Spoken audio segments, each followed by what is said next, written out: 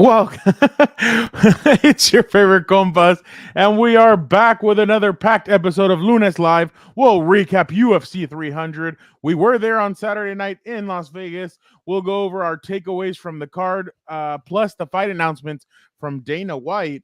Plus, we cap off the show with the latest NFL news and the rest of the world of sports.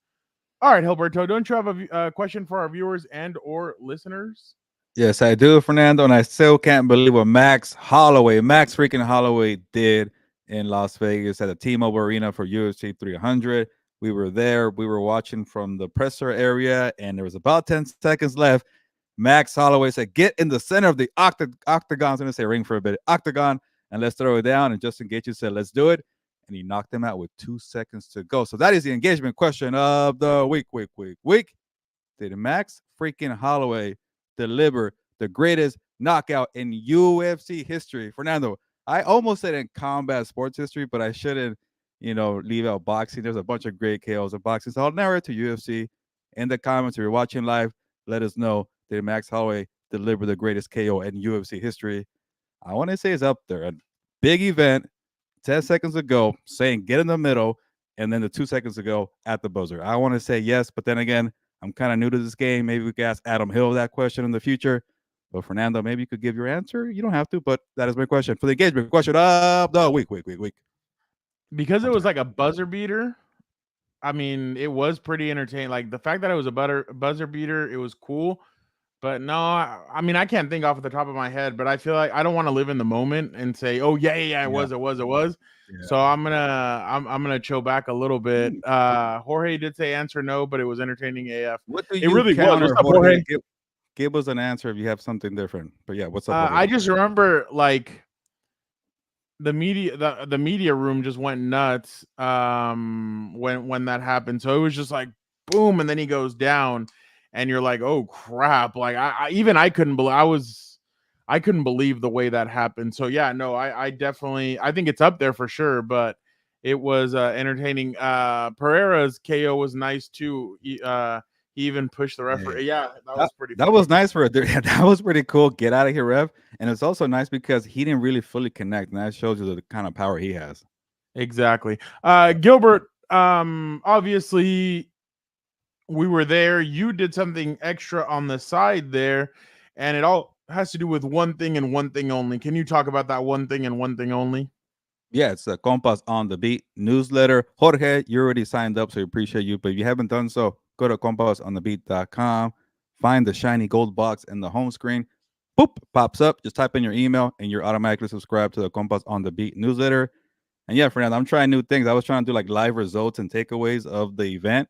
And after a while, I was like, this is too much. So I'll just kind of post a winner and I'll do like a census here or there. But the cool part is that we're posting our YouTube videos on that blog there. So check it out, compasonthebeat.com/blog. You'll see all the content, or subscribe, and we will send you the email automatically for an easier kind of setup there. So compasonthebeat.com, sign up to the newsletter, and be a compa, tell a compa about the Compas on the Beat newsletter.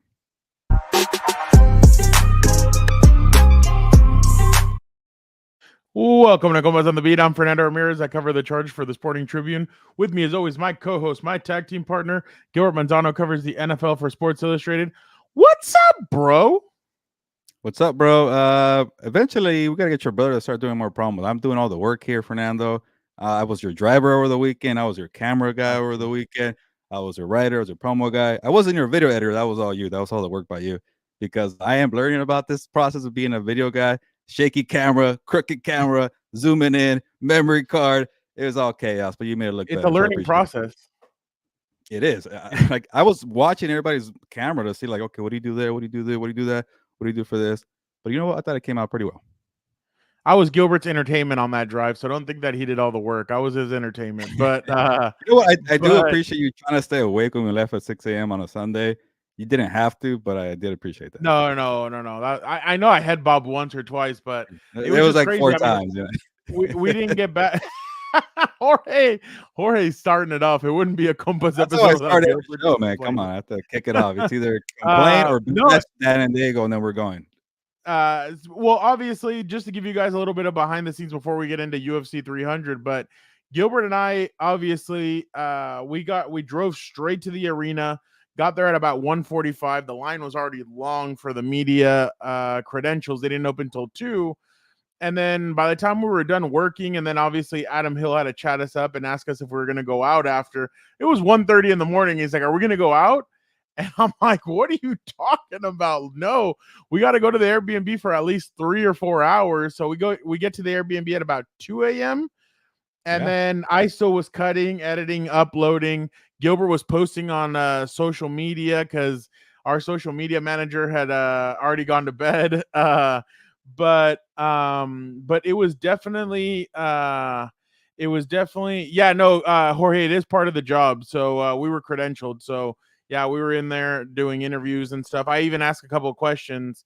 And I made a new friend, a new compa in Diego Diego Lopez or Flores. Lopes? I'm not. We gotta figure. No, Diego Lopes or Lopez. Lopez. Yeah, Lopez. Why did I say Flores? Somebody My said bad. Yeah, Lopes yeah. on the presser, and I want to say it could be Lopes because there's an S at the end and not a Z. So I don't know. Oh, Lopes. Yeah, that is Next true. next time, But ask El Carnal because that's what he called you, right?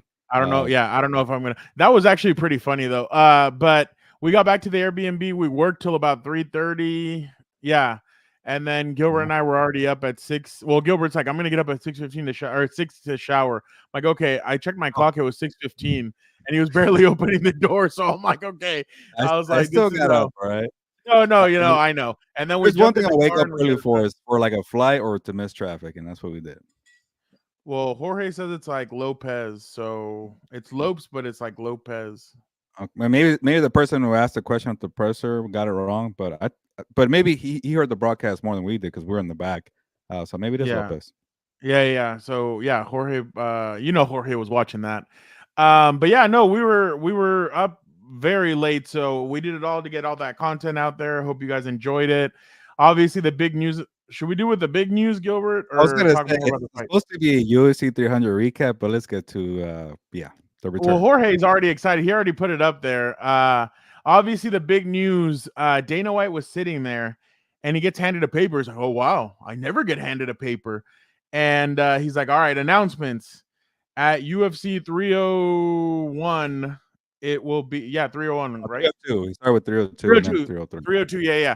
At 302, it's gonna be uh Dustin Poirier versus Islam, and everybody's like, "Oh wow, okay."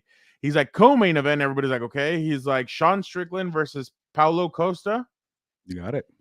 and Correct. then he goes UFC 303, and then there's He looks like up. a hard pause. He looks up at everybody. Conor McGregor versus Michael Chandler, and everybody's like, "Oh crap!" Like, obviously, Gilbert and I start chatting after that. We're like, "Okay, we need to be here for that. That's how long are we going to be there?" And Gilbert's like, "Fernando, you've never experienced Conor McGregor fight week." He's like, "We need to come out a couple of days earlier so that you can experience the whole thing." He's like, Gilbert literally called it cinema. You know what I've been saying about Roman Reigns, The Rock, everything that WWE did. I was like, cinema. He's like, this is cinema for that. So yeah, it was pretty interesting to see all of that. But yeah, Jorge's already saying that Conor's gonna lose. I mean, he hasn't been active. I give him credit though. I mean, the dude doesn't say, "Oh, I'm gonna fight some scrub and just beat him up and then go to the next fight." I mean, Conor does go for it all.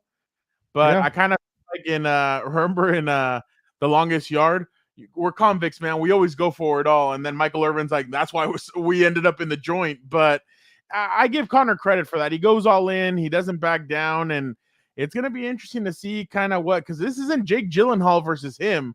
This is gonna be Michael Chandler, who we've seen. The dude has a lot of fight.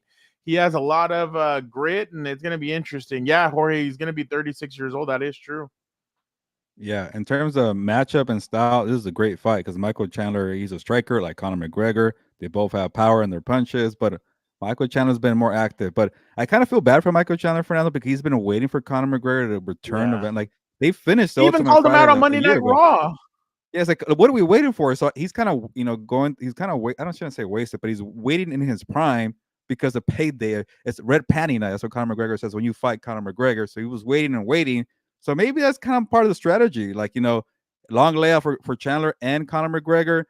Fernando, I told you flat out before the announcement of the fight, I'm picking Michael Chandler all the way. And then Dana White said 170 pounds. So he doesn't need to cut a bunch of weight now. And are you guys surprised it's at 175 and 190? 190 is too big. Victor or Compas on the beat. But, McGregor started at 145 and then he went to 155. And the only reason he started at 170 or fought at 170 because Nate Diaz was on 2 weeks' notice and he said, screw it, I'll fight Nate Diaz at 170. He got too cocky in his prime and it bit him in the butt. But I told you, Fernando, that was credit to Conor. He in the rematch, 170 and beat him again. So he's experienced at 170. He's probably been walking around like at 190, 180. So it's not a big drop off. And that's where I'm like, I don't know. Maybe ask me in a week or two, Fernando, maybe a month or two. Maybe fight week will fall into the hype. Last year, Aaron Rodgers going to the Jets and Hard Knocks. I picked the Jets to go pretty far. Things like that get me sometimes. But I think right now I'm undecided. But 170 is going to be a key for this fight right here. I got the whole lowdown because Gilbert obviously is really good at explaining. He was there during that whole time of how all that went. Real quick, if you want to get hyped for this, just real quick, Conor posted this a couple of days ago. Some of these kids are in the UFC before you're in the UFC. So I saw that. As long as you show up for them, maybe if you showed up for them, break your nose, you little fool. Yeah, what little Bellator tick, you little tick. You want to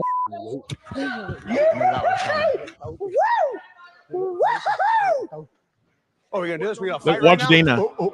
Get out of my way. Let's go, baby. Not for free. You're not gonna fight for free. Hold on.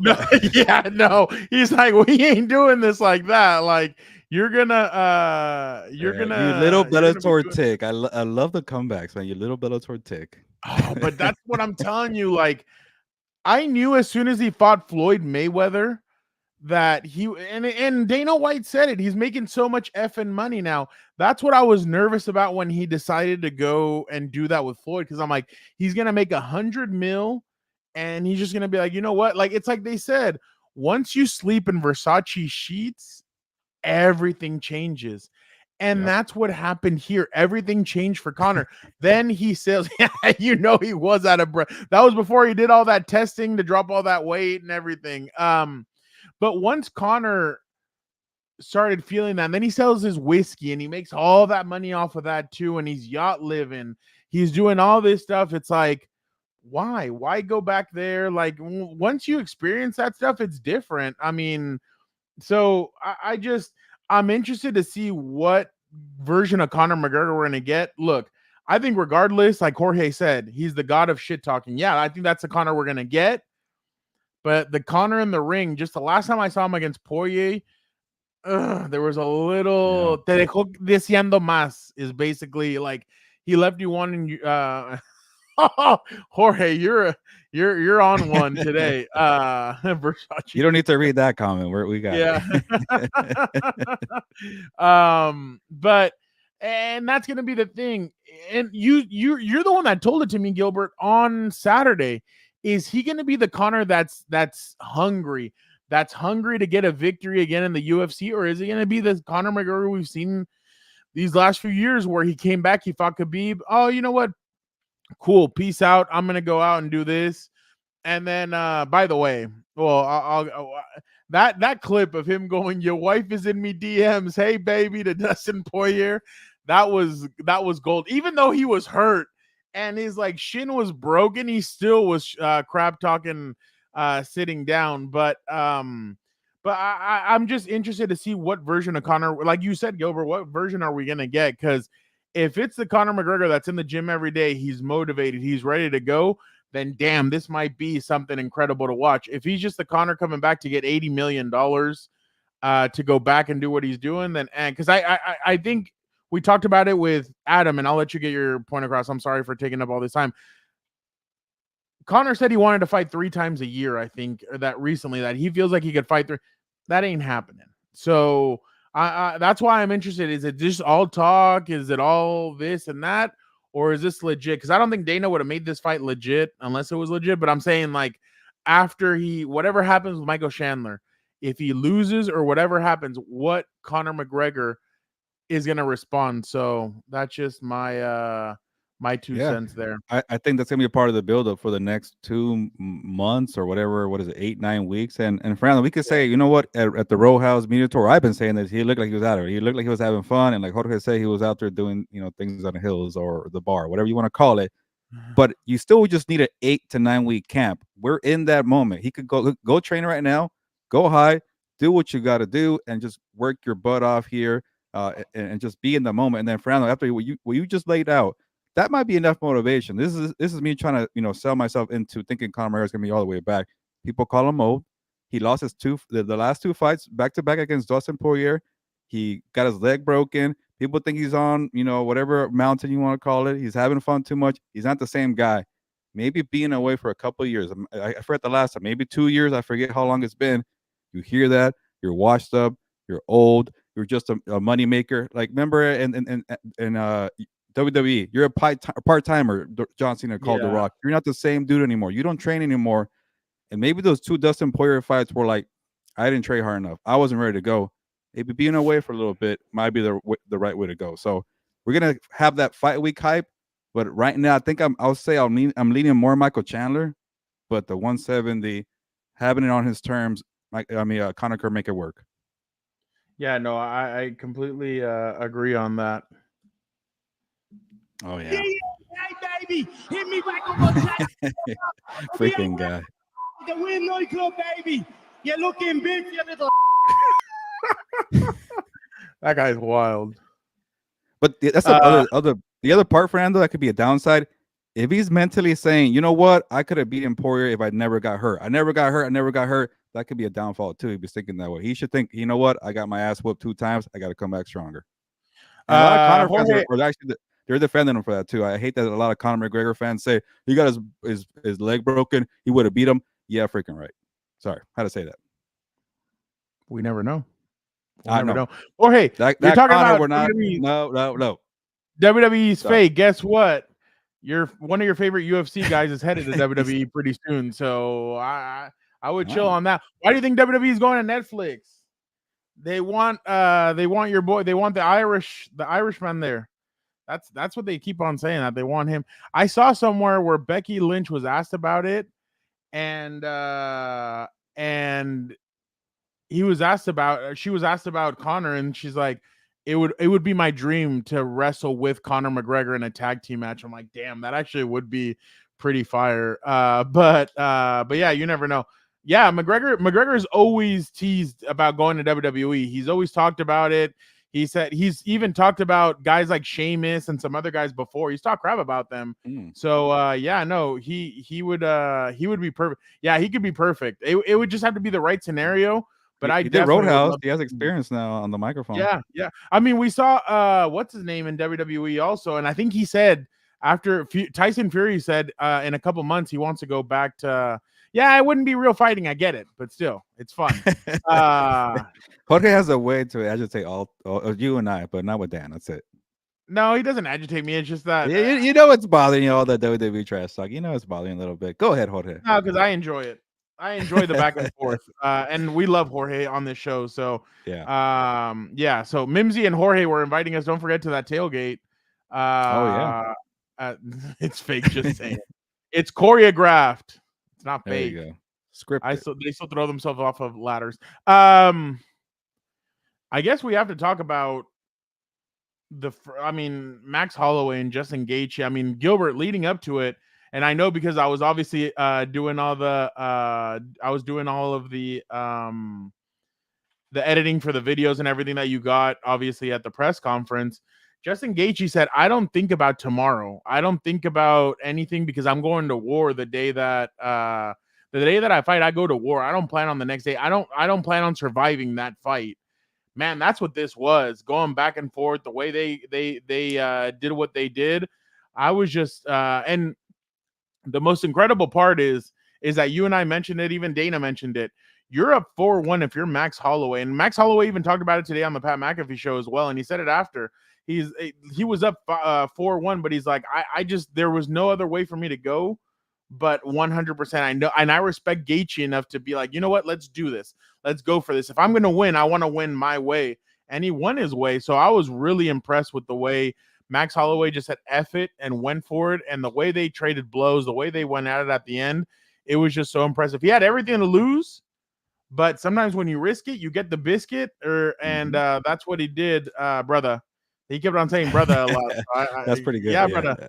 So, Yeah. but I was definitely impressed by the way, I showed Dan the clip of the guy asking, he's like, "Hey, why don't you do what Bellator did?" Are you kidding me? That's what you're asking me? He's A little Bellator tech. yeah, exactly. Dana was not happy about they just did a buy two, get two tickets free. So, but man, and what Jorge's saying is true. A lot of people, I think, had lost their confidence in Max Holloway after losing to Volkanovski so many times, but he's something else. And I know now he set his sights and he said, I have different avenues. I have a lot of different places I can go to with this victory. So it's going to be interesting to see. But what did you think of that matchup? I think Max Holloway added prestige to the BMF belt, and a lot of people are saying the BMF belt is not a real belt. And remember, for now, they were hyping up the card, 3 title fights. Like, what? The BMF belt's a title fight? It's a championship fight? Well, when you know what the BMF title stands for, and people are actually gonna respect that. I saw that happen on Saturday night, and it started with Nate Diaz and Masvidal. We didn't get the full BMF because Nate Diaz, I think the eye got cut, and they stopped the fight there. They're gonna box on June 1st, by the way, too. In the chapter right there, that's the way they're gonna sell that fight. But when Max Holloway said, "You know what? If the tables were turned and I was down on the fight, and Justin Gaethje gave me one opportunity with 10 seconds to go to maybe steal that victory, he would have done that for me because the BMF is not about killing the clock, running around, and just being a boring fighter. Dana White was not happy with Aljamain Sterling because that fight was boring. The BMF is all about throwing it down. Who cares about styles and skills? And skills pay the bills. No, you better be the baddest mother freaker. That's what Mark Coleman said, right? Baddest mother freaker to kind of keep it PG. And I think Max Holloway brought that. He just let's go, throw it down in the middle, engage you to his credit. Man, sometimes these hits are gonna hurt him in the future. That sucks. I get that, but these guys are all men. They make their own choices, and they want to throw it down to the finish. And that 2 seconds ago, he connected on the right hand. He fell. I told you, Fernando, I think he might have gone to the scorecards. No way that knockout was in there. Saw the replay 1 second ago. The official said it's over. So the prestige, the BMF belt. I'm with Dana White. Make that a real belt like the way he's been doing. Keep it going. I love it. Jorge, did you ever watch Blue Mountain State? Because if you did, we don't talk about the C word. We don't talk about the C word. We don't use that C word. Yeah, that stuff for BMF, forget about it. Okay, nobody cares about that. I really think that obviously, like you said, Max Holloway brought prestige to that belt. Now it's going to be interesting to see again what route he decides to go with it. But man, it's exciting to watch. Options, where baby. Oh, brother. Yeah, exactly, options, brother. I have a lot of options, brother. But it was, why do I sound like Tito from Rocket Power? But the ancient Hawaiians had a saying. But I definitely, I thought that obviously was a match. You know what? Juan Manuel Marquez knocking out Pacquiao. I think that was a better knockout. In terms of all I'll give you that sports, one. Yeah, I think that knockout was something that you had never seen. And I don't care if he stepped on his foot or whatever the hell happened. His hand connected with his face and he knocked him out. And then he put him down. And then I remember the mom was sitting there like casting spells and stuff. And I remember Floyd Mayweather used the what's it called? Use the Simba thing to post. Get up. Yeah, get up. That is the best time counterpunch in combat sports history. I'll give you that. That's for sure. That was nasty, like, but boom. Exactly. Jorge Uncle Tito. Yeah, hey brother. I loved the ancient Hawaiians had a thing. Yeah, exactly. But moving on to obviously Alex Pereira and Jamal Hill had a lot of respect for each other leading up to the press conference. They Jamal Hill asked him for his autograph. Who knows if it was playing mind games or what it was. But then some of the antics happened at the press conference that kind of I thought Alex was kind of even keel when you talked to him on Wednesday. I thought he was even keel. Friday, I thought he got a little bit, he kicked it up a notch, but then I thought Saturday when he was walking in, I think his demeanor changed a lot. And that was one of the best. The way he took it in that fight, I just couldn't, but you saw, he did the bow and arrow thing, and then Jamal Hill grabbed it and like supposedly broke it.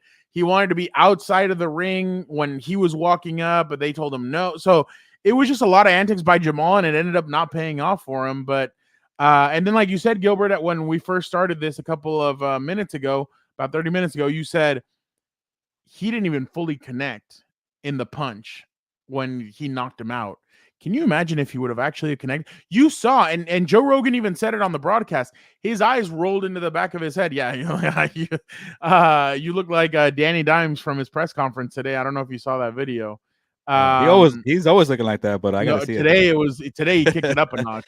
Okay. But just what did you make of that? Yeah, man. Alex Not Pereira Danny Dimes, obviously. We'll get to football in a bit.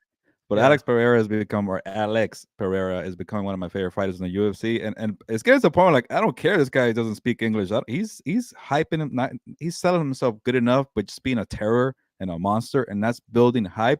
And it's getting to the point where, like, every time he finishes the presser, I say "Chama" with him too. Like, I'm kind of into the whole Chama, I don't even know what it means. I gotta look it up. It's Brazilian, right? And then I can't even pronounce his nicknames. Like Poltan. Like, I gotta look into all this stuff. Even though I'm an Alex Pereira fan, but he's just, one of the best pound for pound. I think we're going to be asked that question later. But he's just a scary dude, man. And you don't want to piss that guy off. And now he's getting a persona where, like, when he cuts his hair, when he has hair growing, he's a nice guy, I bet. But then when he goes with the shaved bald look, even the mustache is gone. There you go, Poltan. Look at what that means, Jorge, if you can. Actually, I got to do that.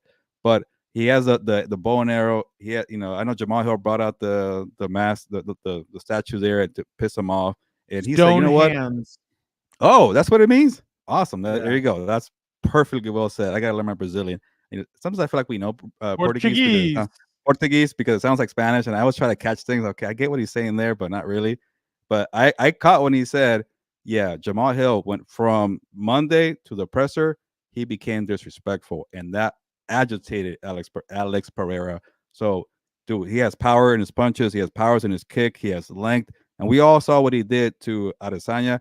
Adesanya is so good that he won't be beaten 4 or 5 times. So he got him one time. But to make him, struggle with three out of the 4 times of the series and then knock him out in kickboxing, he's a terror. And Adesanya is no pushover. So, what he did to Jamal Hill, and I get it. He jumped on the show with us. We love Jamal Hill. We love his antics. He's a villain. Go ahead and embrace it, like we always say, Fernando. It just wasn't his night. He went up against a monster, coming back from a torn Achilles after, he popped it playing basketball. It was a lot of ask. But maybe when you want to be the villain, don't push that guy too hard. Hey, but he's fun to watch. Yeah, no, I completely agree with all of that, especially because he even said, I want to go up to heavyweight. So now it's I would have put it past him.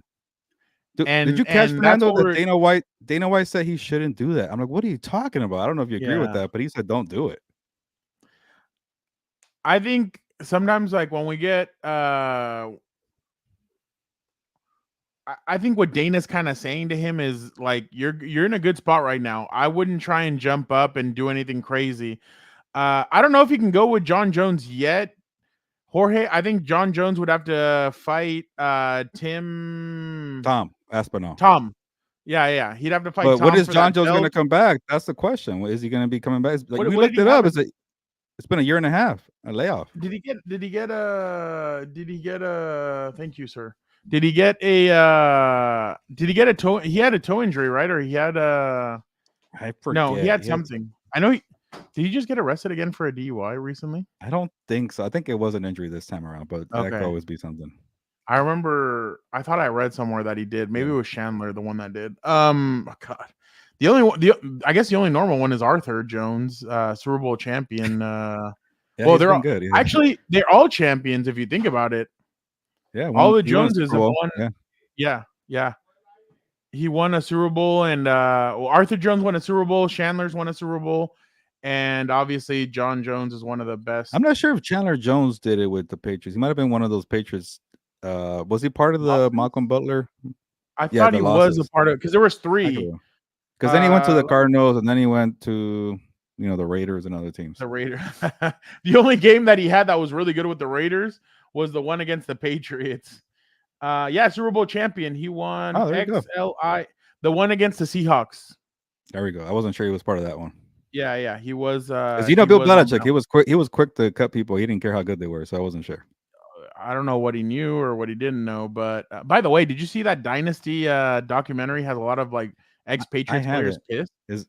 Is it? So, Oh, they haven't well, pissed. so Is it? Julian Edelman didn't like the way that supposedly Wes Welker talked about Bill Belichick, and that's they don't like some of the some Patriots ex-Patriot players, especially Julian Edelman, doesn't like the way it portrayed Bill. So that's kind of been the running thing, I guess, lately is that Bill I've been is wondering portrayed in a if I negative. should watch it. If I should watch it, but I haven't watched it yet, but I'll let you know if I do end up watching it. and I forget real quick. You know what? I'll give it a pass. A Compas on the Beat, our channel says that's Roberto Duran's nickname, though, Hands of Stone, but it's in Brazilian or Portuguese. Jesus, sorry. So I give him a pass. I don't know what you think, Fernando, about stealing the name. I mean, I guess things evolve. Like it's like to the next generation. I mean, that's kind of the way. I mean, how many times haven't we seen them steal? I mean, how creative can you really get with nicknames? I like many Tim Zoo's. sugars are out there? Yeah, exactly. Tim Zoo's nickname I liked. What was it again? The Grim Reaper? No, the one of those things. Like it was something like that. Like I feel like that one's been taken, but it might have. It's like, was it like Soul Snatcher or something like that? Yeah, something like The Soul Taker. Soul Taker. There you go. I think I've heard that a couple of times, but yeah. Jorge doesn't care. One impressive debut, obviously, was we'll get to Armand in a second. Kayla Harrison versus Holly Holm. Obviously, Gilbert. The interesting part here, I don't know if you read the comments on our YouTube video, but some people were like, "Get her on a PED test. Like she has to be taking something." And I'm like, Jesus. I'm like, you guys are crazy for that. But I'm wondering what's obviously. Amanda Nunes and some of these people were impressed by her debut because Amanda Nunes responded. By the way, Dana White, when they mentioned Chris Cyborg, his reaction was actually pretty funny. But yeah, Jorge. Some people thought that she looked like she was on something, but she just ripped. And I guess she was like, she weighed what, 150, something, and then got down to 135, and then I think jumped she might back even up. said 160. So Yeah. So that's the problem, Jorge, weight is that a lot of bully. people are saying, to cut that much weight and then still be that in shape and ripped, there are some question marks. But I'm not. Well, you heard accuse Sterling anybody. say that he would never go down to 135 because he wouldn't do that to his body again. Just to do 10 pounds like that, and then she's doing one, and she's not a young fighter. She's like in her 30s, and then to cut that much weight, I don't know. I'm not gonna point fingers. I'm not gonna do that. But yeah, they're all on hard. something. Well, let me just get your thoughts on Kayla Harrison's debut, and then obviously the fact that people like Chris Cyborg and Amanda Nunes are calling her out, because even Dana said, I thought Amanda retired way too early. There was no competition. Now there's starting to be more competition. What do you think about that? Do you feel like she was that impressive that she even got Amanda Nunes's attention? Well, if she's able to make the weight every time, I guess it's 135, right? Then yeah, it adds to the division. And I don't know, man. Kayla Harrison, she's like 33 years old. How long can you keep this going? Like maybe get one more fight to prove you're the real deal. I don't know who's really out there to maybe convince Amanda Nunes that she's the real deal, but keep making the weight, keep dominating, and then you build up the fight, and Amanda Nunes gets her paid because we saw what she did. Like, you know, it's unfortunate for Amanda. She never got built up like the Ronda Rousey. Like people didn't find her like that entertaining, but she crushed everybody in her path. She lost a couple of fights early in her career, and then she went on a very dominant run, and she just got bored and said, what else can I do here? I wiped up the whole division. That's a bad part about the women's division. There's not that many weight classes, so the heavier people like Kayla Harrison can't compete. And then she just said, you know what, F it, I need to make the money. She went down and she gave it a shot. So, but it's awesome to potentially have a build-up for Amanda Nunes, but it will have to take place somehow in the next year or two. Like, she's been like, if you stay away too long, you might not be in shape. That being Amanda Nunes, and to keep cutting the weight, that's asking for a lot for Kayla. Remember, they asked her, can you come back for UFC 303 in June? She could still have a good training camp in 3 months, but she said no way because she can't make the weight. Yeah, no, and obviously when you do something like that, it's going to take a little bit out of her. But I'm interested to see if they come back and fight. Gilbert, real quick, before I ask you about the last thing, which is Armand and the fans. Yeah. We got an update from Jim Miller. Did you hear? No relation to Jeff Miller, our compa. Jim Miller broke his hand in the first round, broke his toe, and received 23 stitches during and after his loss to Bobby Green. Man, that was. I'm not surprised, but that was a tough watch, Fernando, because I kept saying like, "Man, end the fight, go down." Like you're taking a beating, and throw the damn if you're towel. like, pretty much. Like, it's like, what do you? If you're Bobby Green, what do you do? He never let up. I get it. You got to be a warrior, and then you got to And he get would the tell him, knockout. like, just stay down.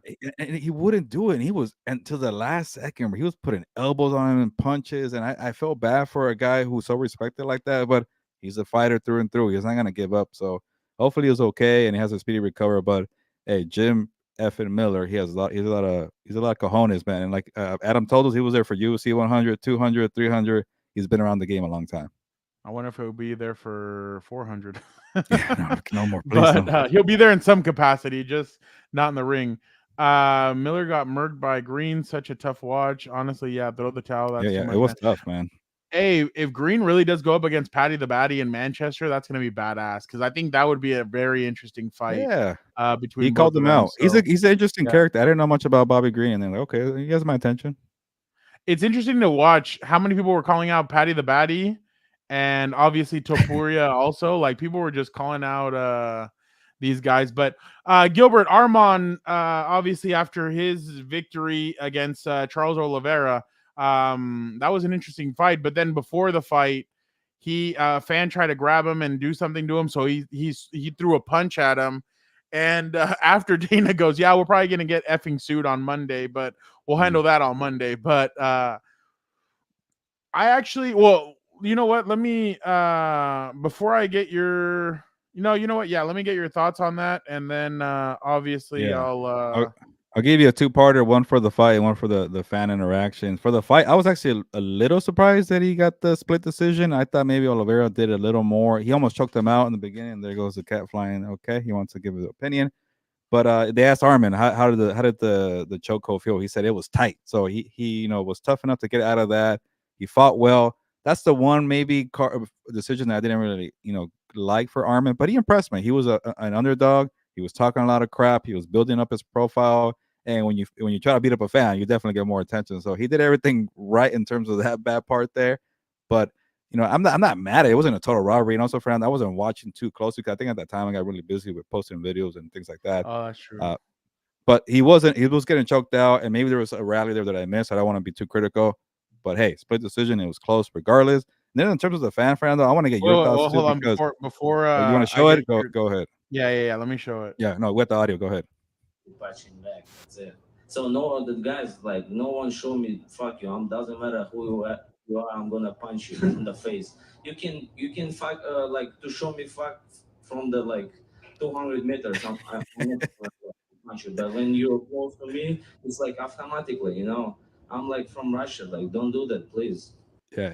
By the way, kill the bird from the 200 level, but not from the 100 level. You know what the craziest part about that whole thing was? That people were fighting in my video because they were saying he's Armenian, not Russian, and so people were like going back and forth about it. I'm like, you guys are really fighting about this? I think he trains out of Russia though, so yeah, it's kind of like us, probably he was born in Armenia. He lived his whole life in Russia. It's like us, Mexico, and America. Oh, say can you? Well, he probably favors more Russia from being out there for so long. Who knows?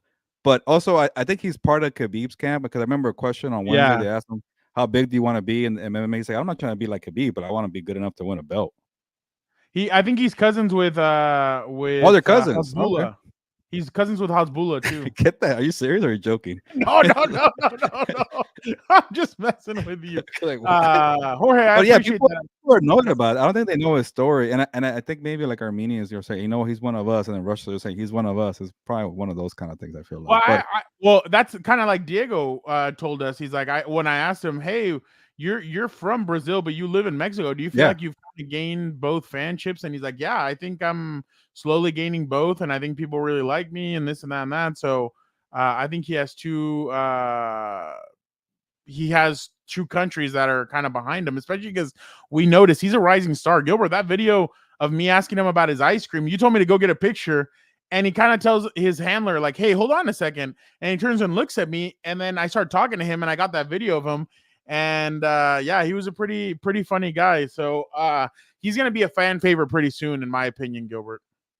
Yeah, and before I go to Lopez there, Diego, you know, I don't know if you saw the video, but it felt like maybe Armin got a little. He rushed the punch too much. I think the fan was just trying to like touch him like that. It wasn't like unless he said something bad. I don't know, but maybe he said, you know what, Yeah, I don't know. you're bleeping, bleeping, bleep, and then I really ignored him, and then he touched him, but it kind of was like, hey, how you doing? Touch me, kind of, give me my hand, kind of bull crap, and he got too annoyed about that, and I don't know how much he connected when he went to the stands like that. But that's not the way you want to start. Maybe it was like Pereira. Yeah, and then he knocked him out. But I don't know how I feel about that. But fans shouldn't touch the fighter at all. We see it in WWE sometimes. I think I've seen those videos of Rhea Ripley, and they're like, "Hey, Rhea, can you give me a high five?" And she scares them, like stuff like that. I get fans want to do that sometimes, but I don't know. I can see both sides here. But yeah, if you want to, throw him the bird from the 200 level, go ahead. And real quick on Diego Lopez, man, he was so impressive on Saturday. Seeing his interview on Wednesday and Saturday, this guy, a rising star. People like him. He's a fan favorite, and then he knows Spanish, Portuguese, learning some English. He seems like a guy who's going to be a star in the next couple of years. Jorge, who do you have winning, or who do you think he beats Armin to become the champion? Just put that in the comment and we'll throw it up there. But all right, without further ado, let's bring in Vic, the producer, to go over rapid fire. And then Jorge, he might be here. We don't know yet, but we'll see if he's here or not. What did he say? Fans got to Oh, my bad. No, you're good. Fans want to put hands on these guys. They're going to catch some hands. Yeah, no, I completely agree with that. I definitely think that people need to keep their hands to themselves. If not, you're going to get touched up. But all right, let's bring in Vic, the producer. Vic, how are you doing? I'm doing well, man. It's good conversation there. It's a good fight, good card, and you guys got a lot of good content there. So it didn't live up to the hype. I was expecting a little bit more from a 300 card, but honestly, that Max Holloway knockout, I think was what made that fight. And I even saw Adam Sales tweet. He's like, 24 hours later, I'm still thinking about that knockout, and I'm with him. It was a crazy knockout. I actually give Zhang Weili a lot of credit. Their fight and Yan, I thought their fight was actually pretty. Like, she was basically asleep, and they had to wake her up to go the next 2 or 3 rounds. She made it through the buzzer or the horn. Yeah, so I was actually pretty impressed by that fight. I thought the main event obviously was just the only funny part was that was the only funny part. I don't know. I'm kind of like Victor in a way. If there wasn't a Max Holloway knockout, I would have been very like, that was cool. It was all right. Yeah. But when the knockout, I'm for sure all in on the UFC 300 card. That made it for sure special. Yeah. Well, I was interested to see what Kayla was going to look like, and she impressed. Yeah, that was actually there was a lot of people that fighters that became stars. I feel like in that card.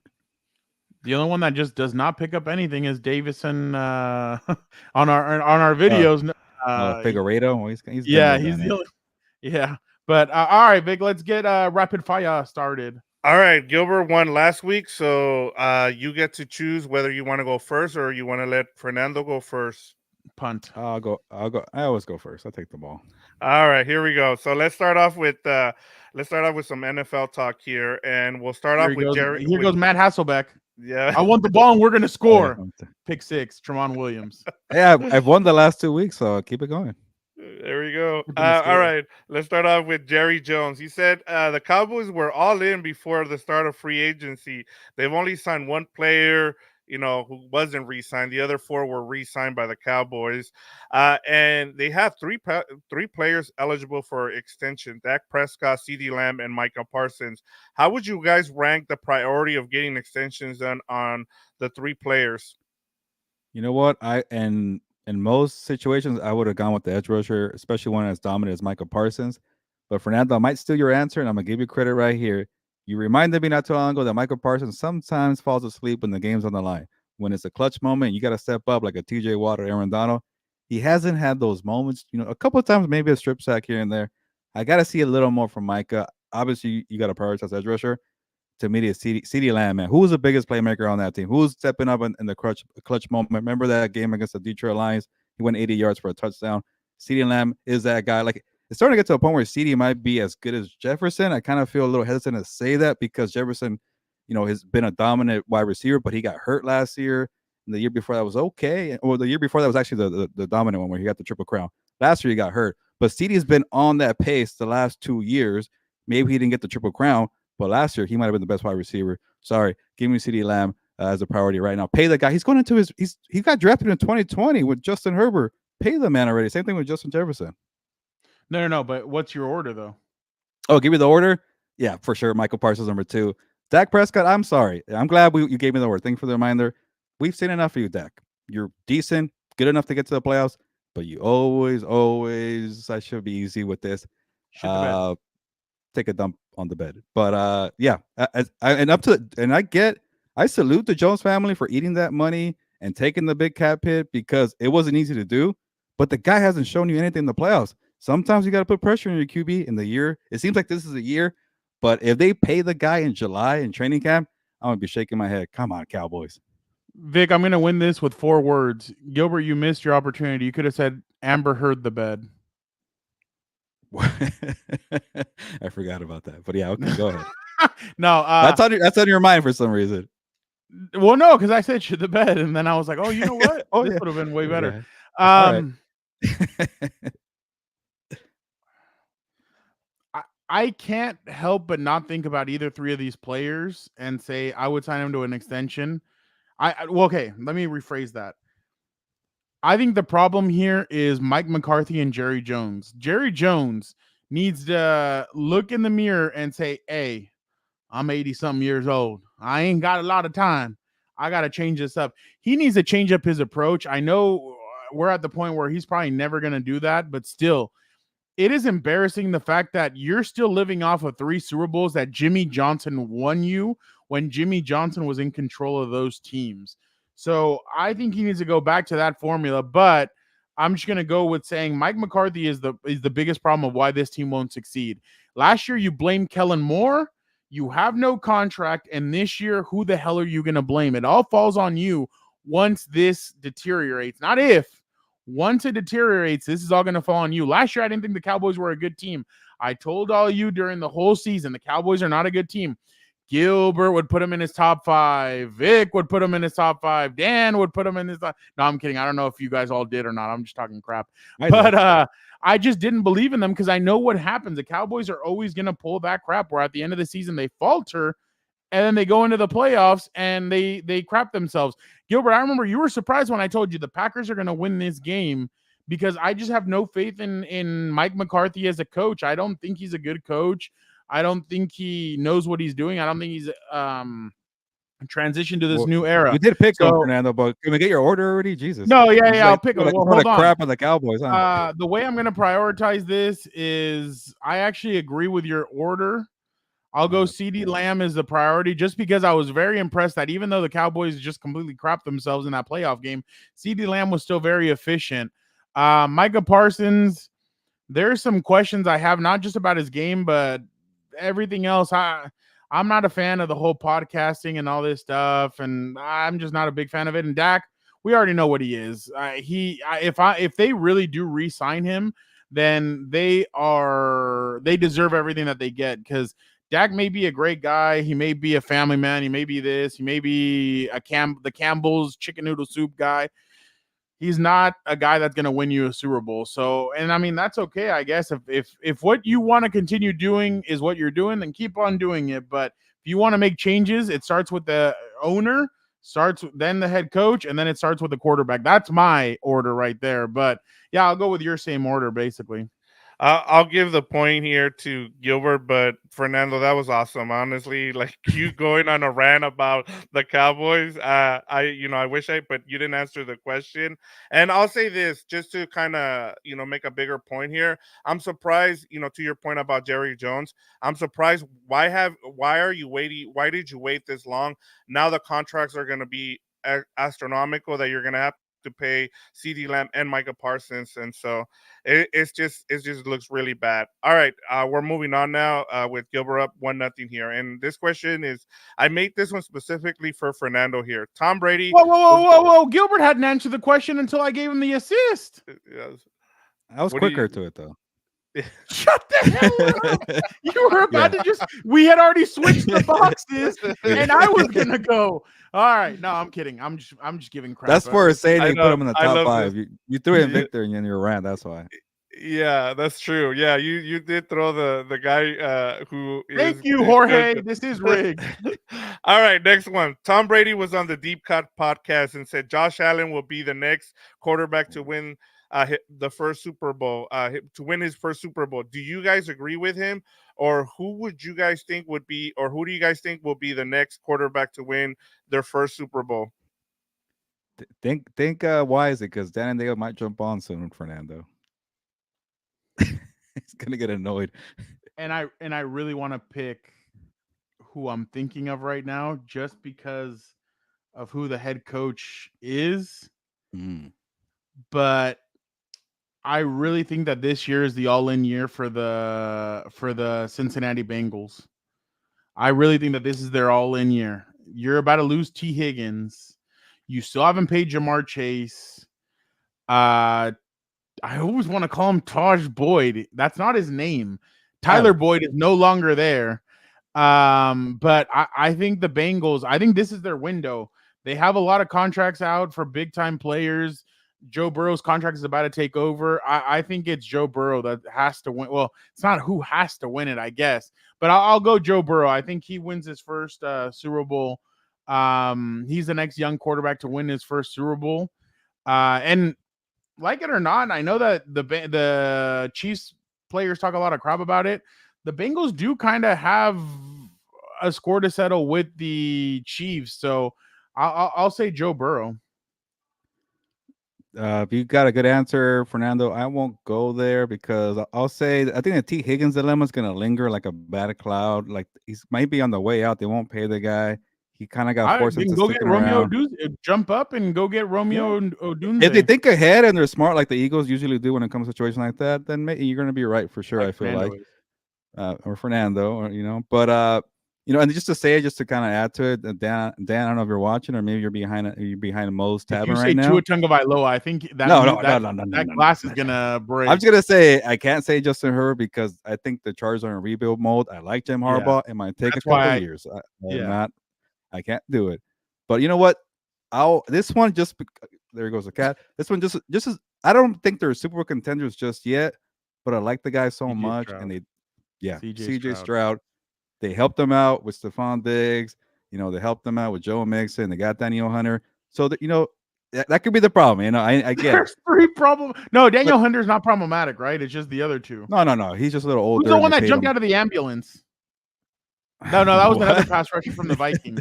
There was a pass rusher from the Vikings that had jumped out of an ambulance, and he was all. Yeah. Everson Griffin. Yeah, there you go. Okay, that's the guy. Okay, yeah, my bad. Okay, he retired. But they're just okay. If I'm going off of odds, and you tell me a quarterback that's never won it, and this is why I'll say it, Fernando, because they kind of remind me of the Bengals in 2021, Joe Burrow's second year. They kind of needed a year to kind of figure it out, and then they went to the Super Bowl. They don't win it. I'm saying CJ Stroud could be in a good position. I don't know if they could beat the Chiefs just yet, but I like them and being in the playoffs. I like them winning the division. I don't really care for the Jaguars, and I get it's that time of year we got to pick different teams. Jaguars don't do it for me. Titans don't do it for me. The Colts, they could hang around, but I'm going to go with CJ Stroud right now. And one more addition for the takeaways here. I think Josh Allen's going to have a better year. I get that Stephon Diggs left them, but maybe having a different offense could help them. I just don't see them going all the way. Something about Josh Allen and Dak Prescott just doesn't seem like a team that might go all the way.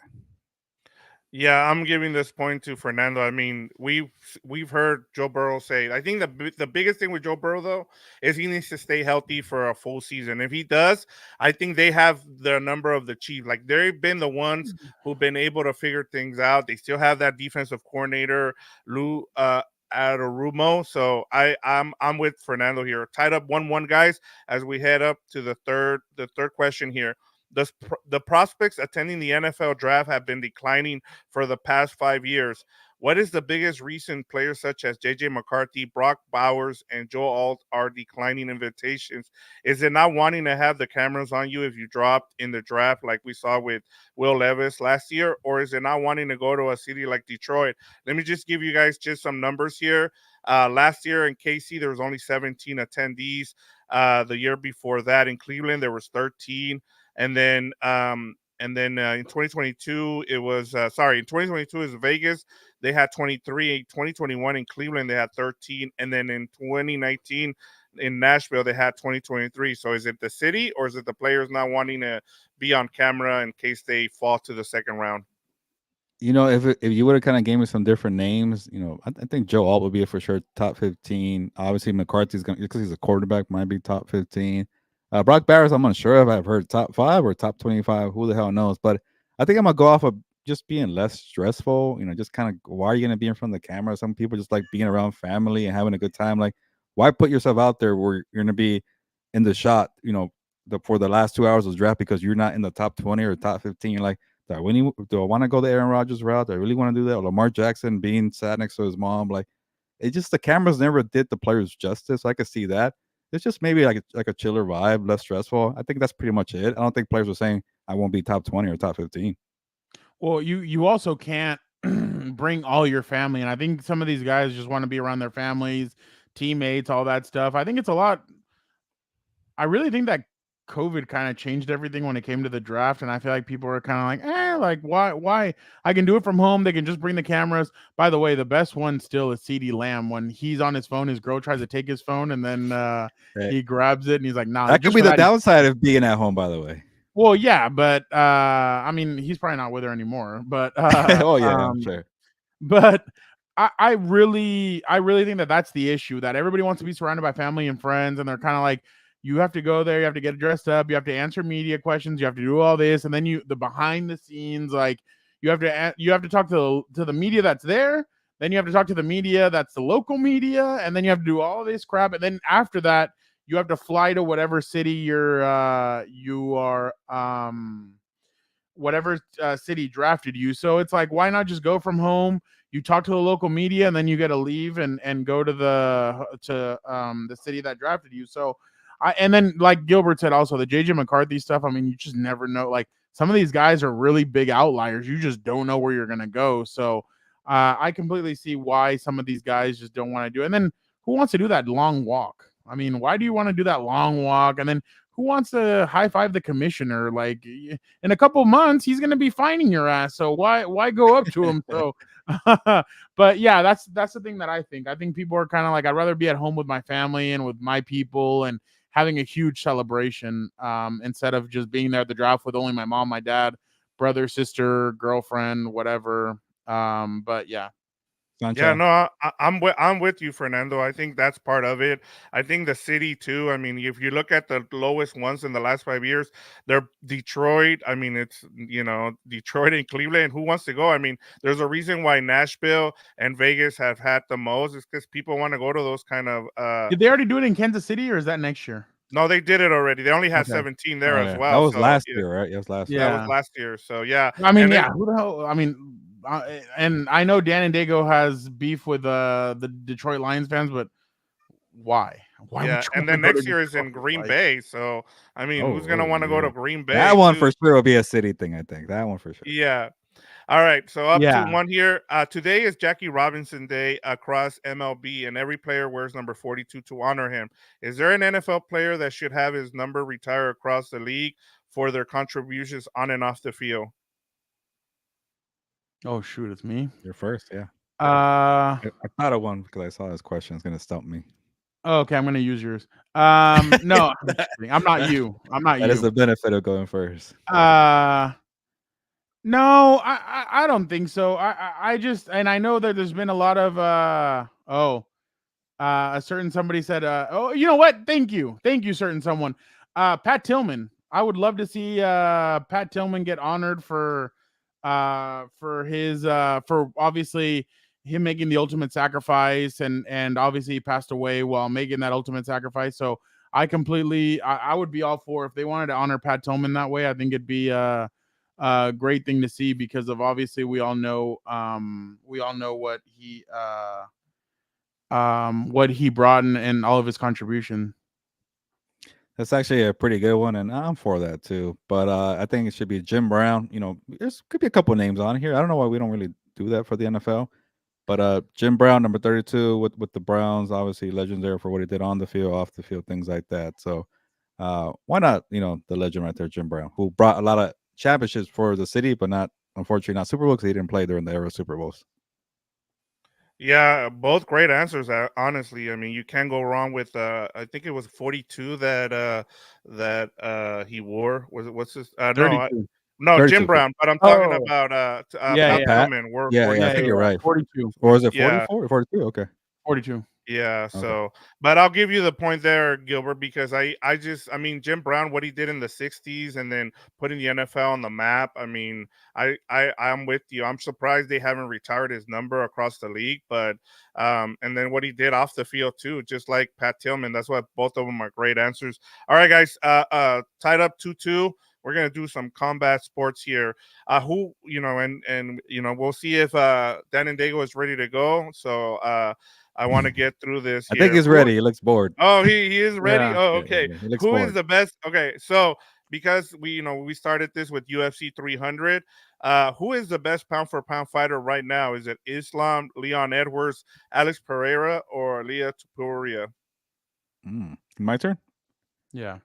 Okay, and we already kind of gave it away, but that's actually a good amount of lists there. Islam's pretty good. I like Topuria a lot now. Leon Edwards actually has had a nice second half to his career. He came out of nowhere. But Alex Pereira, man, he's on a different level. I get that Adesanya beat him one time, but they fought like 8 times. Like he's gonna get him eventually. So he's a freak of nature. He's a monster. When he gets annoyed, he knows how to fight better. Yeah, the whole going bald thing is a pretty cool gimmick. Hands of stones, Potan, Chama. So I like Alex Pereira. Alex, I gotta say his first name right. Alex. You obviously took mine because Yeah, sorry. I didn't write it in. I think I'm gonna go with Leon Edwards. I mean, obviously he beat Nate Diaz, he beat Usman twice, and then he beat Colby Covington. I think he's done a really good job of, like you said, Gilbert, his second win, the second part of his career. I think he's done a great job, and I feel like Leon Edwards, especially with those 3 names there. I mean, what else do you want? So I'm gonna go Leon Edwards. Yeah, I'm actually going with Fernando here because he's right. I mean, if you look at I think with Pereira, he's on a hotter streak right now. But in terms of like overall what he's been doing for the past couple of years, I'm gonna give Leon Edwards. I would have Islam 1, Leon Edwards, and then Alex, and Leah Tapora, kind of like what I said. But because you guys with the 2 names that you guys went with, I like Leon Edwards just because he's done a little bit more, and then the people he's fought and beaten. I mean, remember Usman he was a boring fighter, and we got 2 really good matchups out of it. Yeah. So I kind of want to see what happens with the rest of this list. I want to see, we've only seen Islam. He had Volkanovski go up and wait to fight him. I want to see him kind of move around, and I really like what Alex Pereira is doing right now. So, but in terms of what we've seen, I think Leon Edwards, is ahead of Alex, or as of right now. Jorge, did you see that comeback kid? Come back and won this after Gilbert took the first point. So there you go. I did want to do one more thing, but because a bigger star is waiting, I'll hold off on it, and we can do it another It's a good time. one though. I No, wanted it's to a think good about one, it. but like that happens not next week, but the week out during the weekend of the NFL. That's why I wanted to get so, it in before. Yeah, that'll be a good one. Yeah, I wanted to do it before the draft, but I'll save it for next week. We'll have Let's make it if you want, make it a segment if you want. That'd be kind of Let's do that. Yeah, let's do that next week then. But Fernando, congratulations. You end Gilbert's streak of 2 in a row, and now it's your turn. But congratulations. There you go. Thank you, Vic. Thank you for that. Rapid fire is always fun to add and mix a little bit of something. But good questions. I'm gonna be in trouble. Well, yeah, exactly. I'm gonna be in trouble if I don't do this. So, all right, Jorge, this is for you. I think he might be here.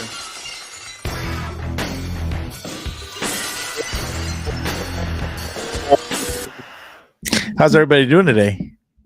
So, I know I thought that was weird too. I don't know. I didn't. So, Compas on the beat. What do you want to talk about?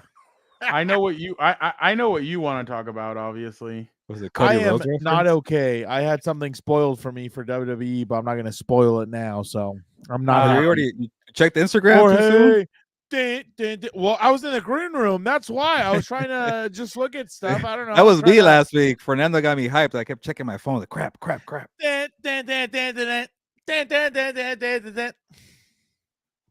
just gonna dance? There he is. Oh. Dude, where are we gonna go with this, man? Okay, let's be careful here. Let's be careful. Allegedly, I didn't say anything. No one did. Look at the video. Hold on.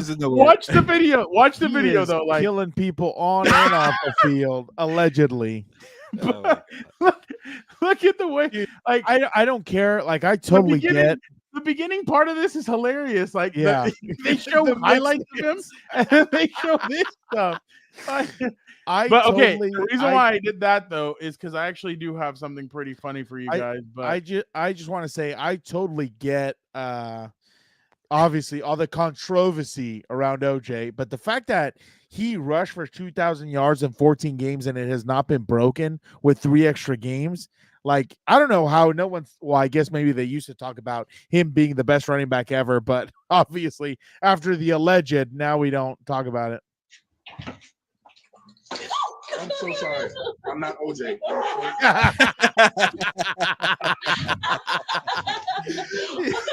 That's hilarious. He's really dying off it, no pun. Yeah. Dude, all the memes off of OJ dying, like that was the most glorious thing. It was like, in one of those, God is in one of the memes I saw was like God asking St. Peter, why'd you let OJ in? He's like, well, back in 1972, he averaged 6 yards a carry, 143 yards a game. I figured we needed someone for the flag football league or whatever. And I thought that was kind of funny. So, oh man, and you've been kind of critical of this new generation of athlete. Did you hear what Tom Brady said about him? I've seen some clips floating around. I just didn't know what it was. Yeah. The biggest problem. Oh, he's getting a haircut? These days, it's all about them.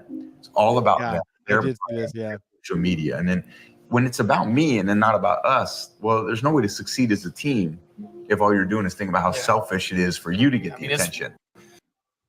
That's but I just want to say a big time interview for him. I've seen him on TikTok like for the last 4 years. I want to say I don't even know who that is, but that's so weird. Like in the interview while you're getting your haircut and all that, that was like I guess that's his whole thing. He interviews people for a haircut, and he got big on it. I guess it's like the stupid ice bath with what's his name.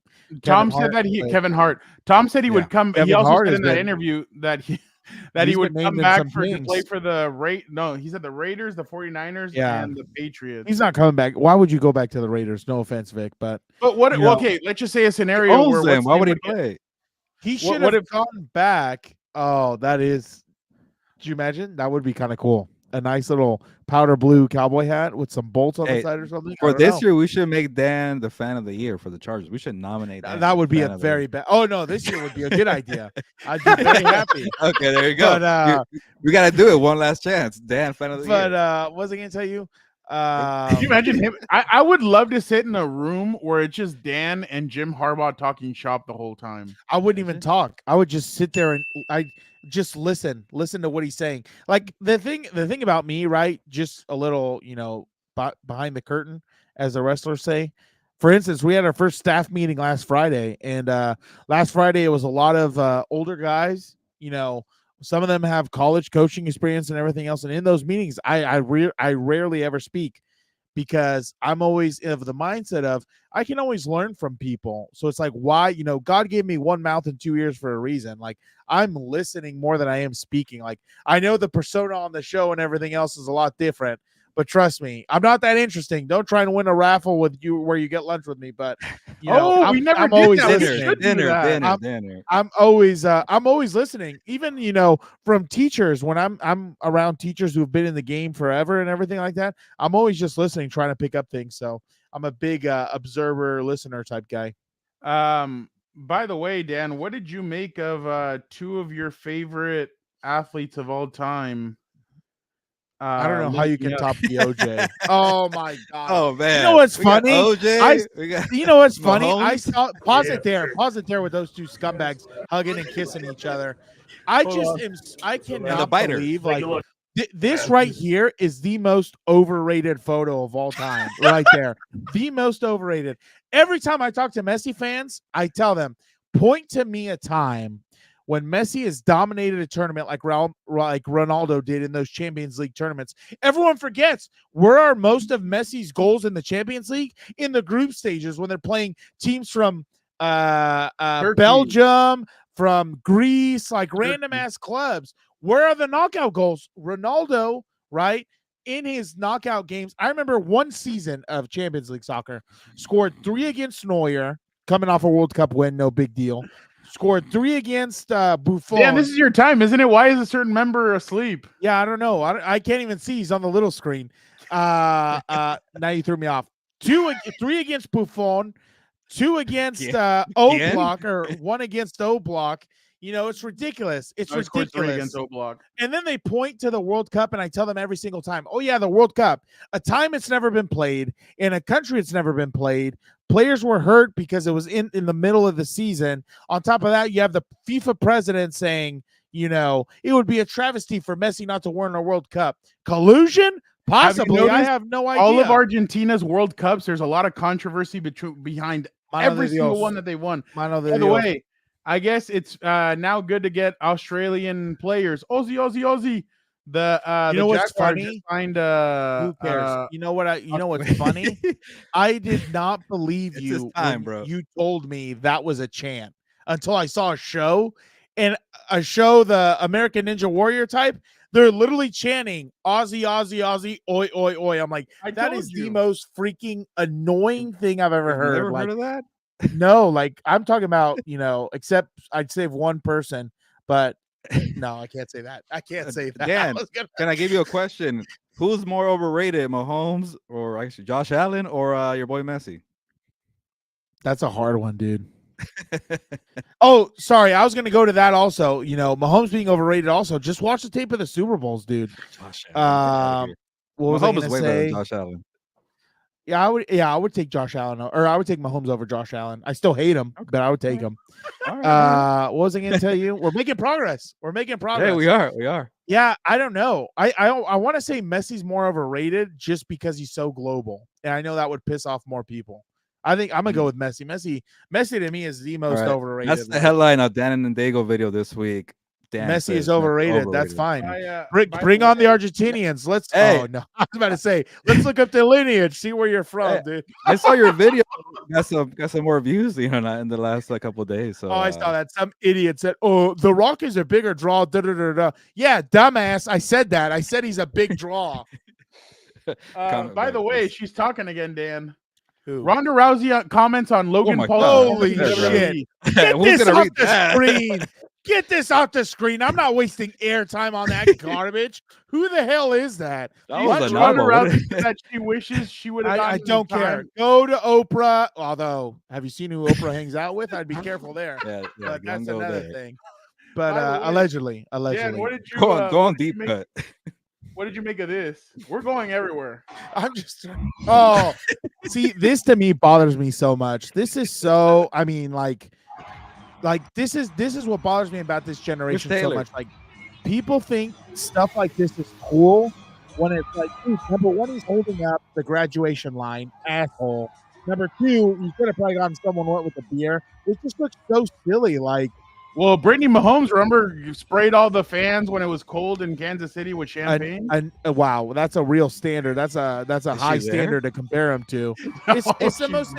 I'm so sick. I'm getting honestly to the point where I'm sick of the Kelsey experiment. Jason is still okay, but after the Kansas City stuff, that was hard for me. I was going through a tough time. and Oh, he you know just- what? Brother, what do you expect? Hold on, I forgot. I don't something. care. I don't care. I I like his forgot wife something. more. She doesn't wear that Kansas Cool. City crap. Yeah, it's true. Yeah, but I'm not a huge fan of that. Be classy, dude. It's where you're at. There's I more have some- annoyed that and Dago content. Oh, there he is. What did I do to you? You could have retired an hour and a half ago before I picked you in my fantasy picks. I mean, what did I do, Vic? I've been a fan of yours. Why would you do this to me? Come out of retirement. Yeah, I'm just saying. yeah. Whoever that is, I would come out of retirement. You see what happens when he doesn't get what he wants. I'm not too. I'd be a little nervous about that. Allegedly. There, Don't- obviously, Allegedly. we- Can you Dan, I don't imagine know if what you is our heard. world gonna look like with no more OJ jokes because he's gone? Dan, You can still make them, you know. Oh yeah, it's yeah, not real going anywhere quick, for me. before we head Not out, going anywhere for me. I have something new for you. You are a resident Colorado Buffs expert. Oh, Yeah, you gotta insider. get Here them we in go.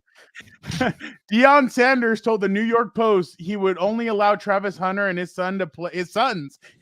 Don't forget about. Don't forget about Shiloh now. Shiloh in the draft. Don't forget He about said- Shiloh. He would only let them play for the Eagles, 49ers, Cowboys, Commanders, Ravens, and Falcons. Give it Those a year. are all the teams Give it a except for year. the Eagles. In a Those are year. all teams that he played for. But In a- are you a little bit offended that he didn't mention your team, Dan? No, I don't want him. Okay. In all seriousness, I'm gonna say this again. I think whatever team decides to take these players, whether it's high or later, I'm not even talking about players actually, just these three, because I feel like he probably only is very active with these three of them. Because supposedly, I think Hunter's been with them since high school or Pop Warner. I don't remember. What's his son's name? The quarterback? Shador. Let's see where Shador goes next year in the 3rd round, dude. I don't know. But my thing is this, right? If you are a team looking for a quarterback, looking for a receiver, and a safety, can't forget about Shiloh or a DB or whatever he plays. I was gonna say, you know his position. You can't, I would think twice, just because the last thing you need is Deion tweeting, making videos, or God forbid, Deion at the All damn in the facility, videos. all up in the videos. Which, speaking of that, I was listening to going back to Cali today. I'm like, he really was all up in the video He over here was. at the beginning of the song. No Like, dude, Diddy. Diddy. No one's here to hear what you have to say. Like, we're trying to listen to Biggie. Pro But, Football Network has him rated as the 2nd best quarterback in college Wow. football. this Oh, year. in college football, why I would rather. Yeah, I don't know. I don't know any of those names. I'm not an Where's expert. Peyton but- Manning's son? I mean, nephew. Shador Sanders. No, I don't because know. Quinn Ayers or whatever Oh, the hell the way he he's says the still- name. He's still the quarter. He didn't come You out know in the what? draft this year. I give him credit. He never transferred after that. He didn't get the job this year. Manning. Yeah. Yeah, he didn't no, transfer. no. But I would say, Credit. honestly, next year is probably going to be a year where quarterbacks are whatever's, because supposedly this one's the. Speaking of quarterbacks, Dan, keep I don't know going. if you know this. Tua Tagovailoa's Can't get a thought brother, in, Dad. I know. Awali Tagovailoa threw for Again, scouts. we're wasting time on this. I don't care. Hold on. He received tepid reviews. Tagovailoa showed little arm talent. His deep passes displayed little speed, and even fluttered according to scouts. What do you think about that, Dan? Just What the little, hell little, did they little, say huh? about his brother? His brother went top 5. That guy is just as bad. Miniature know. arm strength? I don't know what these guys, and again, maybe I'm old fashioned. Maybe I don't know diddly squat. I'm just a high school coach. But you're really going to draft a guy top 5 who's had, what did he have? Like hip surgery or something like that? Like he had a bunch of injuries at Alabama. Like everybody, it's like Gilberto right now with the Rock. They're hung up on the past, dude. Like him winning that natty at halftime. Hey, that's like a Vince Young type thing. Great college quarterback. Everything else legendary. Tua Tagovailoa with the Rock, the great The one. Rock's champ? equally ass. The Rock's equally Get out ass. of here. The only difference is the Rock actually had a peak. You're gonna and annoy Tua him with has this one. We can't even What's up? catch a segment. This is Keep it this going. is easy. This is easy. This is easy. Who has All got right. to go? Everyone has to go. All I need is the son of Odin, baby. That's it. Give me Justin Herbert. Can you rank know, them just it- for fun? Rank them for fun. All right, here we go. Obviously, give me the young goat number 1. Give me Joe Is that how the kids say it? Joe. Yeah. Burr. Give me Joe Shiesty. Burr 2. Yeah, give me CJ Stroud. Yeah, give me CJ Stroud, and I hate LaFleur, so I'll put him last. There you go. How about that? I can't stand him. But people better watch out. Justin Herbert with bag boys out there in the run game, I think he's going to be pretty damn good this year, especially with Jim Harbaugh. Is I'm it not bad worried. boys or bad boys? Bag boys. I'm not worried, Oh, okay. dude. I'm not worried. Like I told my boss today, I'm not worried. The thing about hitting rock bottom, Gilberto, is that all you can do is go up from there. I'm ready, dude. It's on. Gilbert, when Dan has to do his what's it called, gender reveal? Nope, This, it's not going to this happen. hold on. This is gonna be Dan right here. I don't know if you guys have seen this. Oh, this one's an oldie but a goodie. Oh yeah, I saw this.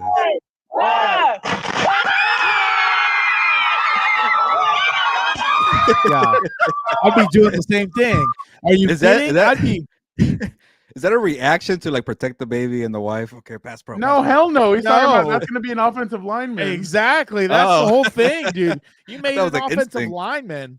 There was like Dude, a that's pop why- going. I was like, oh, That's why if I could, I would ask whoever I end up marrying. Shout out to the future missus. why can't I a hope daughter she- be an offensive lineman? Don't answer. I'm sorry. Are you just? Yeah, I was about to say, not living in reality. Which, by the way, I think Frown brings up a great point. We were into women's sports before all these stupid campaigns, anyway. Like wrestling, UFC. When's Thug Rose like coming back to the pay-per-view main card? I want to see Thug. This is Yeah, so. did you enjoy the easy. Zhang Wei Li Are fight? you shitting me? Oh, thank you for bringing that up. I got a point for that. This is so easy. I'm not gonna just cut Tua.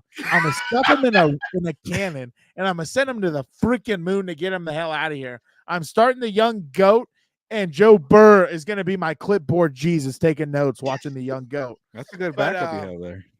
Dude, honestly, I want to give so much credit to okay, don't call me names or think I'm a bad guy if I mess up her name, but Jan, is that how I say it? Jan, the other one? Yeah, The one in I white? think so. I want to say yeah. Okay.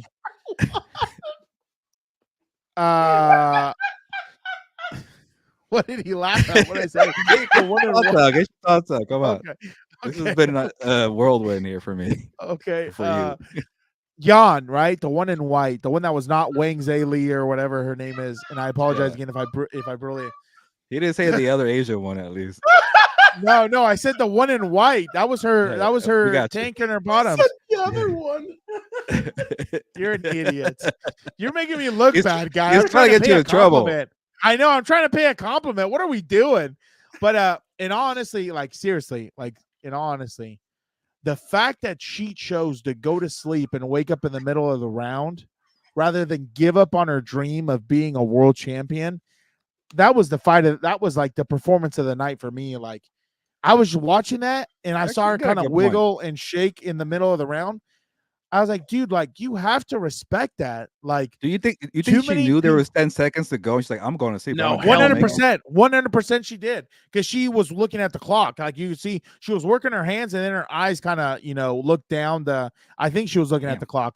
But in my opinion, hey, even if she didn't know, how easy would it have been to throw in the towel? Right? She was already asleep. She was waking up limp, and in my opinion, I think too many people in life, don't have that type of drive where I totally respect the hell out of her. Like, I hope she gets another shot at the title soon or whatever. I agree. I hope she has a great career.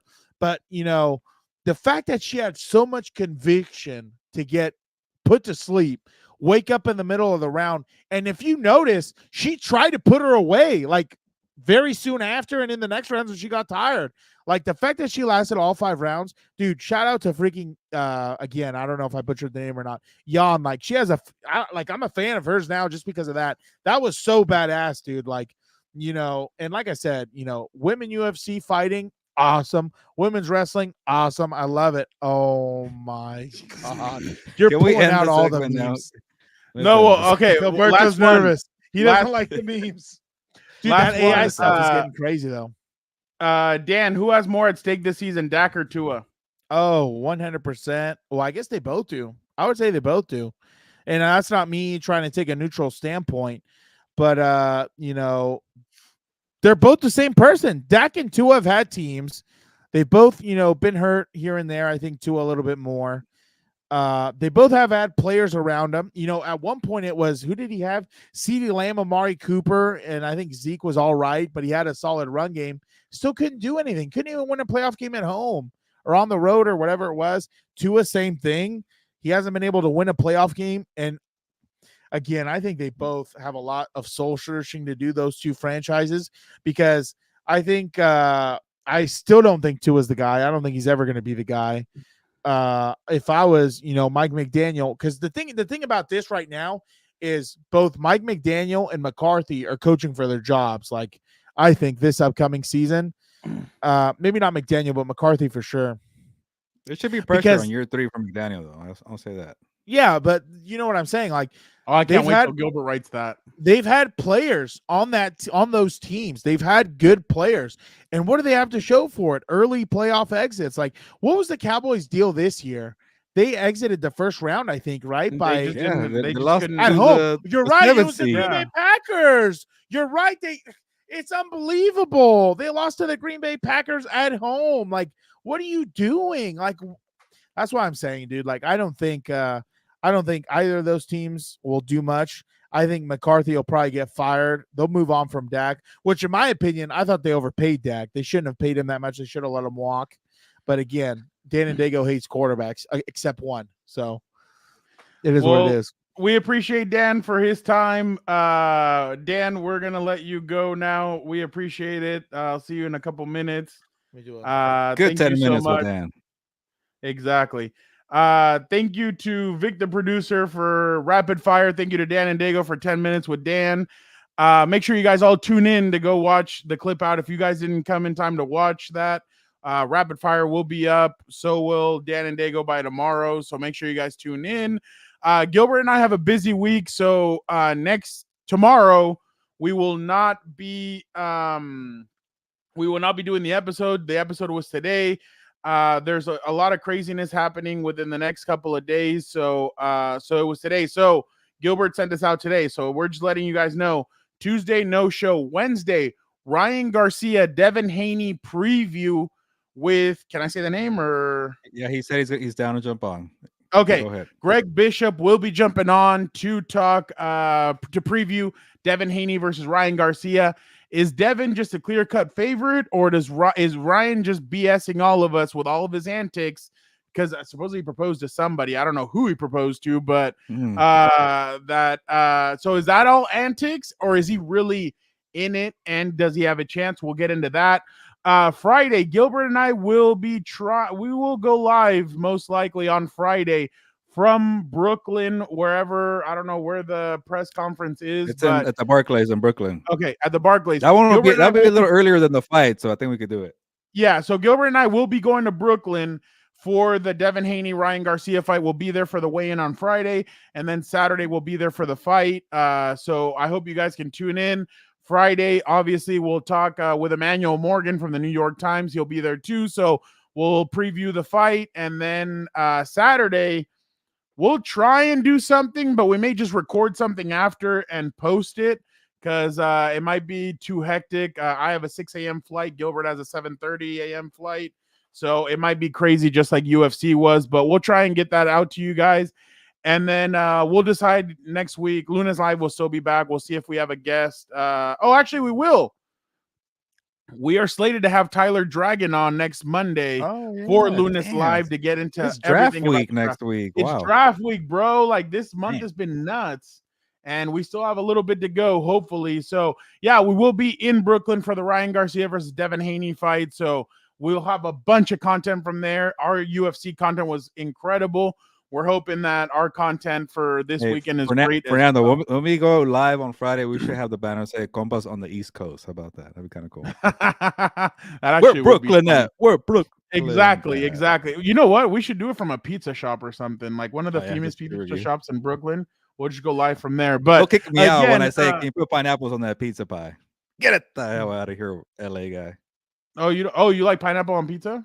Oh, for sure, all the way, brother. Oh, so do I. I do too. I think it's fantastic. Dan doesn't like it though. We're from the West Coast, that's why. Probably. But again, thank you guys so much for tuning in. Again, it's gonna be a crazy couple of days, but we hope you guys tune in. Then next week, it's all draft week. Jorge, again, Thursday we will be doing something during the draft, so make sure you guys are all tuned in. Obviously, the Chargers will be drafting 5. They could jump up, down. Everybody's going with this Rams narrative. I told you, Gilbert, that they're gonna break that streak. What if they drop out and they trade down? So I think that would be funny if Sean McVay just has F them picks again and decides to trade out again. But they haven't drafted anybody in the first round since Jared Goff, so that'll be interesting to see. But make sure you guys all tune in. We're so excited about these next 3 weeks. Then after that, we may take a little bit of a break. Who knows? But again, thank you guys so much for tuning in. Don't forget to subscribe to the newsletter. Don't forget to check out everything else on Compas on the Beat. If you guys missed any of the interviews over the weekend from the UFC 300, make sure you guys check them out. They're all there. Thank you guys so much for tuning in. Again, thank you for rocking with us. Don't forget to like, comment, subscribe, tell a compa, be a compa. Hit the little notification button so that anytime we go live, you guys are the first to know. But for the time being, Gilbert, ¿sabes qué? Vámonos. And don't forget to subscribe to the Compas on the Beat newsletter. Go to compasonthebeat.com. Find the shiny gold box. That's all I ask from you. Put the email in the shiny gold box. Compas on the Beat. There you go. But yeah, what a April. On to Brooklyn. Here we go to the East Coast. Compas on the East Coast. But on that note, ya nos vamos. Pues, vámonos.